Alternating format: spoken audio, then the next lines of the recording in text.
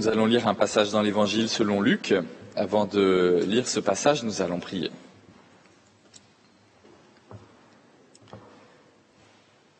Père éternel, merci pour ta bonté qui se manifeste en tout temps. Merci pour ta paix qui est significative au milieu des combats.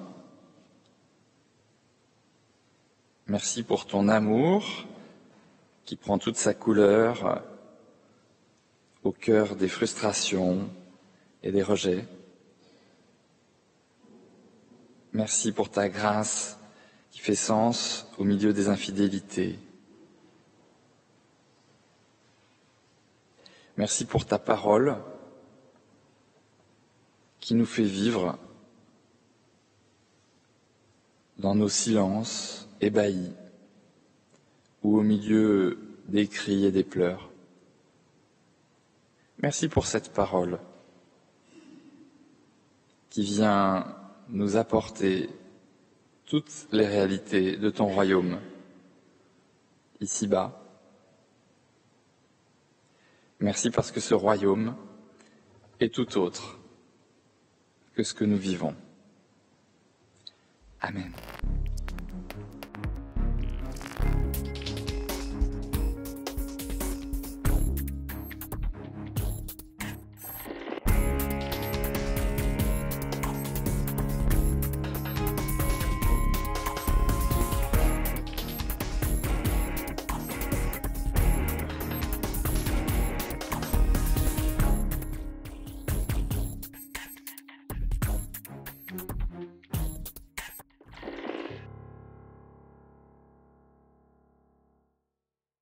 Voilà donc les disciples qui sont en marche. Ils ont déjà été fort instruits puisque ça fait 3 ans qu'ils marchent avec Jésus. Donc ils ont compris que les façons de faire de Jésus sont radicalement différentes. Ils ont compris que cet homme ne souhaite pas de guerre sainte.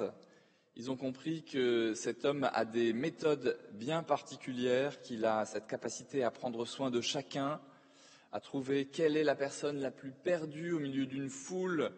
Ils ont compris que cet homme était influençable, mais non pas influençable par les points de vue des humains, mais il est simplement influençable par le Saint-Esprit et par la compassion qu'il peut avoir pour ceux qui sont en face de lui. Ils ont donc compris que cet homme est radicalement différent. Alors quand Jésus leur annonce qu'il va falloir aller à Jérusalem, les uns et les autres, et dans d'autres évangiles, on aura des réactions très fortes de la part de Pierre. Les uns et les autres sont étonnés parce qu'ils s'attendent à ce que Jésus vienne manifester une victoire qui soit triomphante et qui soit selon les catégories du monde. Quand le monde est victorieux, il y a des feux d'artifice, il y a des personnes qui défilent en gloire, d'autres qu'on fait défiler pour être humiliés, etc., etc., etc.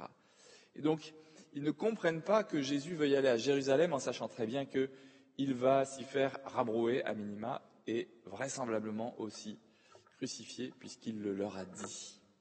Alors, ils ne sont pas très heureux de cette démarche et donc nous arrivons à ce passage où finalement Jésus les envoie pour préparer quand même un minimum le terrain, ce qui signifie juste se préoccuper de savoir s'il y aura un lieu pour dormir. Vous savez que c'est une préoccupation permanente depuis même avant sa naissance.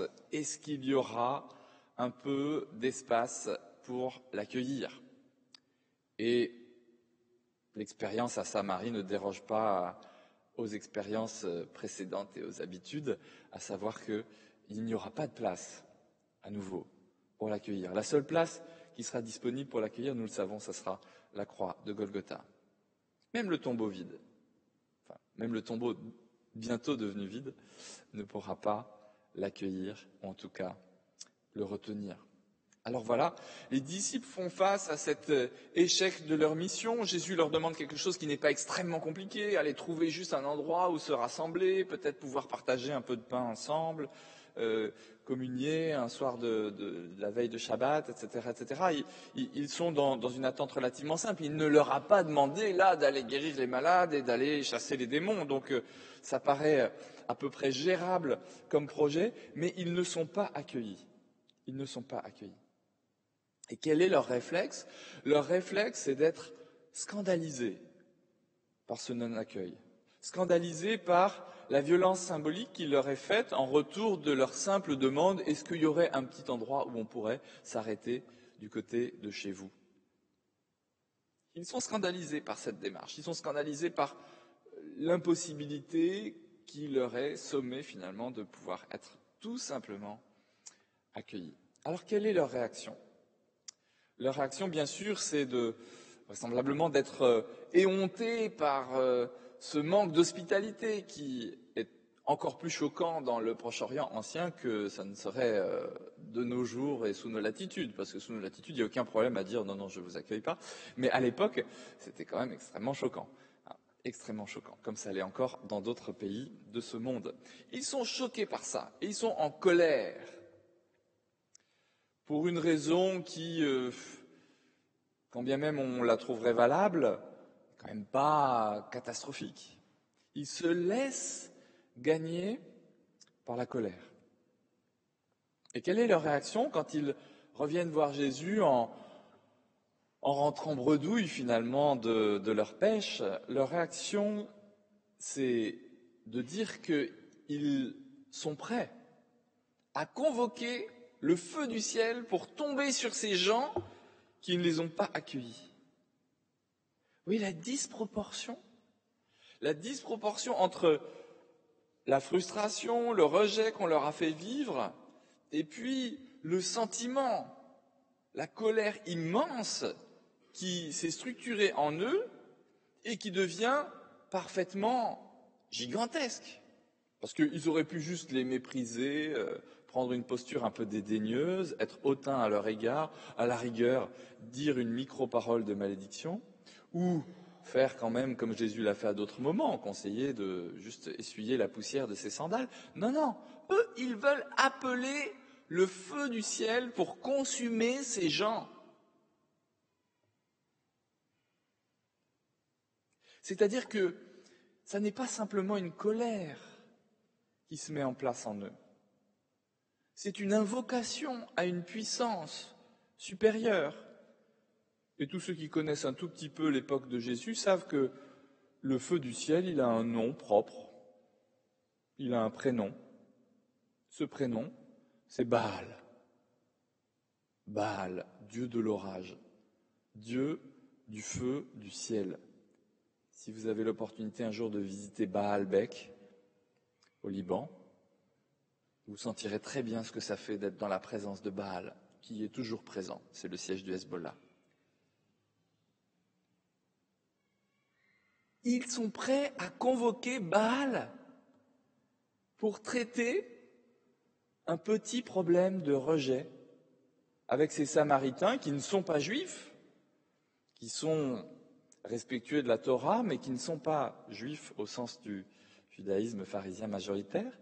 Voilà, ils sont prêts à traiter cette question de rejet, non seulement en se laissant envahir par des sentiments qui n'ont rien à faire en eux, mais ces sentiments vont tellement loin qu'ils sont prêts à convoquer la puissance d'un esprit mauvais, d'un faux Dieu, eux qui sont disciples de Jésus-Christ, pour exterminer ces gens, pour les faire mourir, pour, en gros, faire leur propre justice, mais pour avoir les mains propres, ça ne serait pas eux-mêmes qui égorgeraient ceux à qui il faut faire justice, ce serait Baal.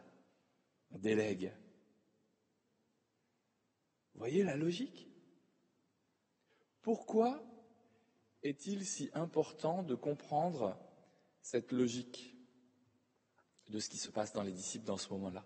Tout simplement parce que aucun d'entre nous n'est à l'abri d'être gagné par des sentiments qui n'ont normalement rien à faire dans un disciple de Jésus-Christ. La peur n'a rien à faire dans un disciple de Jésus-Christ. Parce que Dieu n'est pas lointain au point de ne pas pouvoir s'occuper de nous. La colère n'a rien à faire dans un disciple de Jésus-Christ, à part une colère sainte pour la sainteté de Dieu. L'amertume n'a rien à faire dans un disciple de Jésus-Christ. Une source peut-elle produire à la fois une eau douce et une eau amère? Non.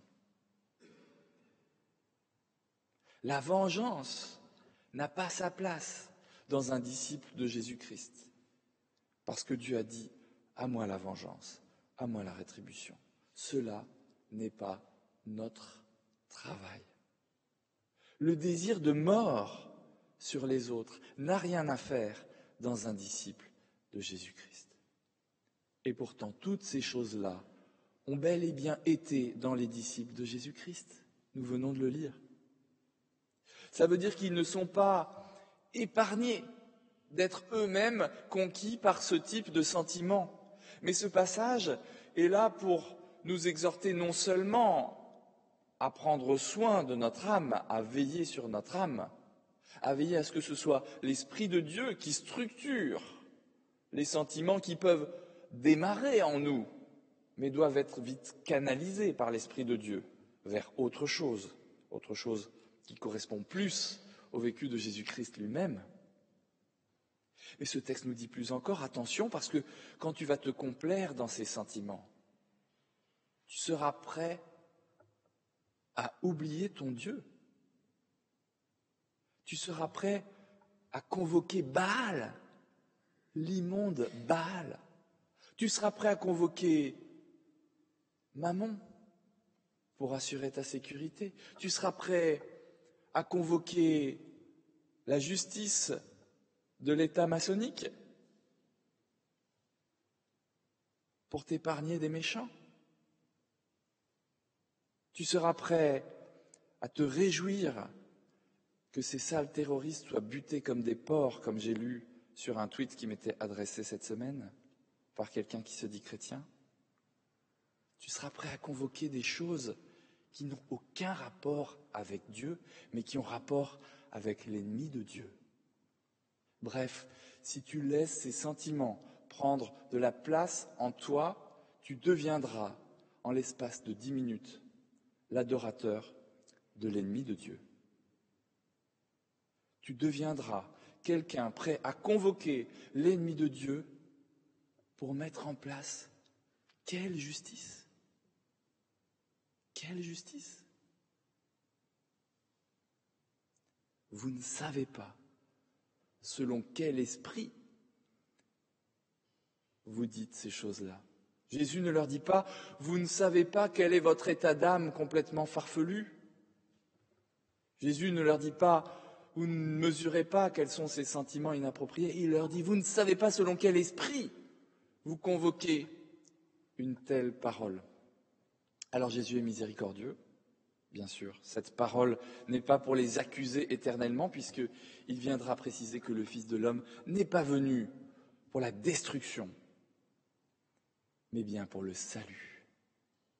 Cela vaut pour eux, disciples, s'ils sont prêts à reconnaître qu'ils ont fait n'importe quoi dans la minute qui précède. Cela vaut pour ces Samaritains qui n'ont pas compris que Jésus était le Messie. Cela vaut pour tout le monde.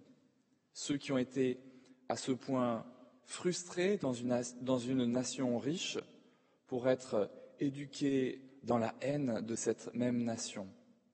Cela vaut pour eux. Cela vaut pour tous ceux qui se demandent pourquoi nous nous réjouissons que nos grandes entreprises internationales, mais qui ont leur siège en France, oppriment la Centrafrique, le Congo, etc. Je ne veux pas faire la liste, elle est trop longue.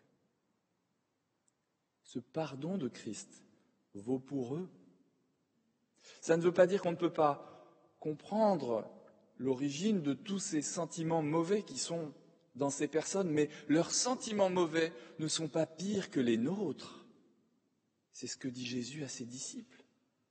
Vous êtes prêts à être des terroristes, les pires, les plus infâmes, si vous laissez ce qui est en germe, très souvent, simplement après le journal télévisé, simplement à la lecture de tel ou tel journal. Vous êtes les pires des terroristes, dit Jésus aux disciples. Vous voulez appeler le feu du ciel sur Samarie? Est-ce que c'est ça le projet de Dieu? Alors que Dieu vienne guider nos pensées, que Dieu nous rende vigilants sur ce que produit notre âme en ces jours particuliers, que Dieu nous rende vigilants non pas pour être les persécuteurs de nous-mêmes, mais pour nous confier avec assiduité, avec ténacité, à cet esprit de Christ qui est là comme prince de la paix et pas comme juge sanguinaire. Confions-nous dans cet esprit-là. Sinon, si nous lâchons nos regards du regard de Christ, nous coulerons. Si nous regardons à autre chose, nous chercherons d'autres justices et nous serons prêts à convoquer l'ennemi du Christ plutôt que le Christ. Aujourd'hui, il faut choisir clairement et radicalement de qui nous sommes les disciples. Amen.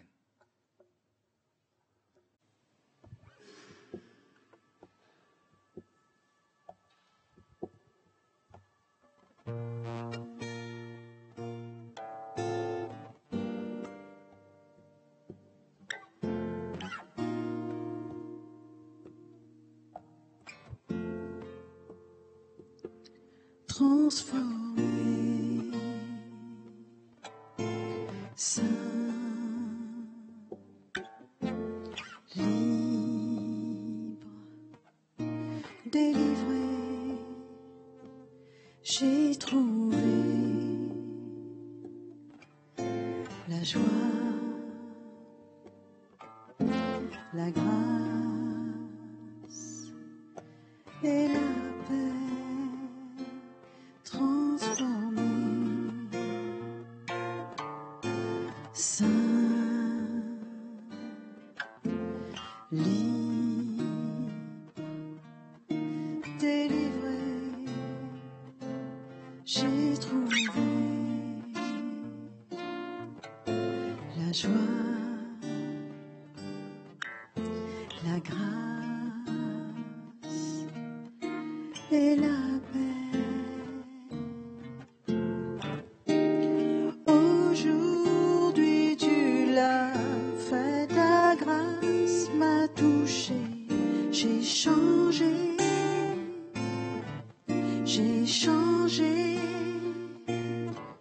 j'ai trop longtemps attendu ce moment pour laisser ta faveur s'en aller.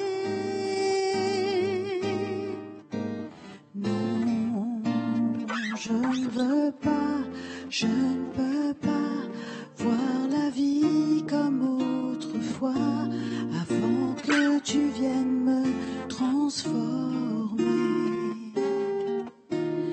Non, je ne peux pas voir la vie comme autrefois, avant que tu viennes me transformer. Toutes mes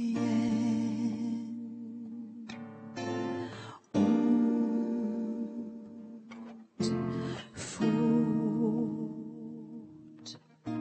pardonnées, plus de chaînes, de peur,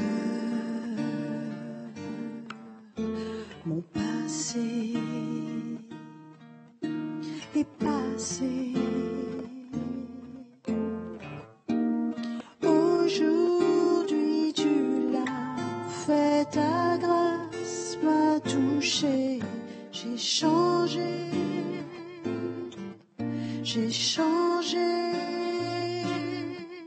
j'ai trop longtemps attendu ce moment pour laisser ta faveur s'en aller.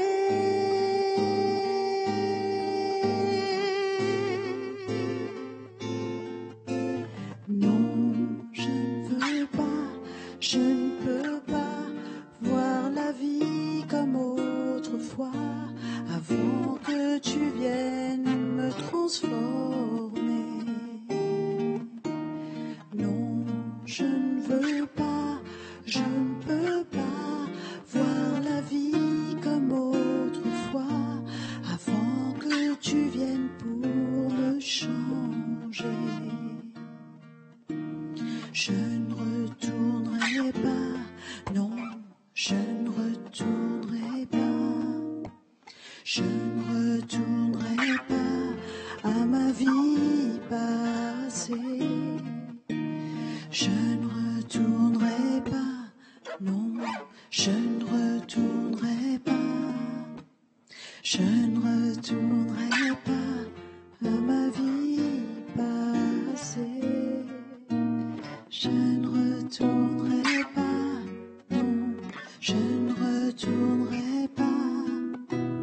Je ne retournerai pas à ma vie passée. Non, je ne veux pas, je ne peux pas voir la vie comme autrefois.